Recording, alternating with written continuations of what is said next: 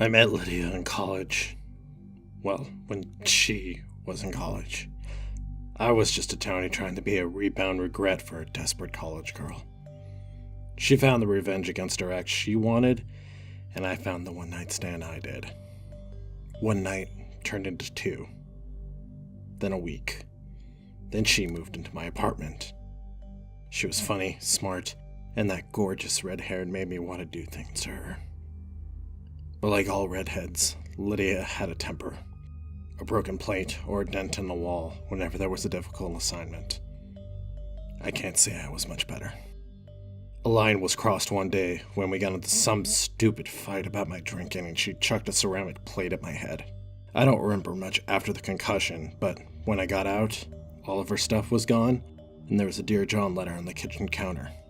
I thought that was the end of Lydia and me, but fate had other plans.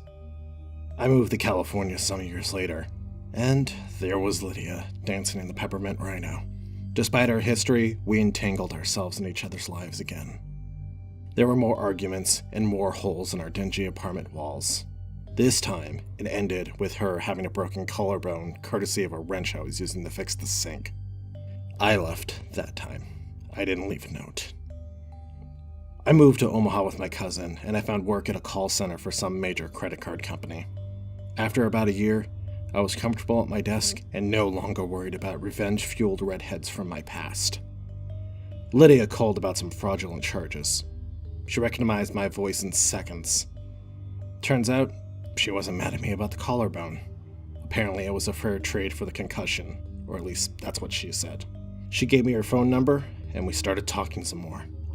I moved to Washington to be with her 2 weeks later. A year after that, she shot me in the leg with a pistol. She was gone before I got out of the hospital. This cycle has continued for our entire lives. We meet again, we reconcile, we fight, and we scar each other more and more before leaving. Every time, the scars are worse. After 40 years, there aren't any more scars to give. The next time, there's only two ways for it to go. With one or both of us dead.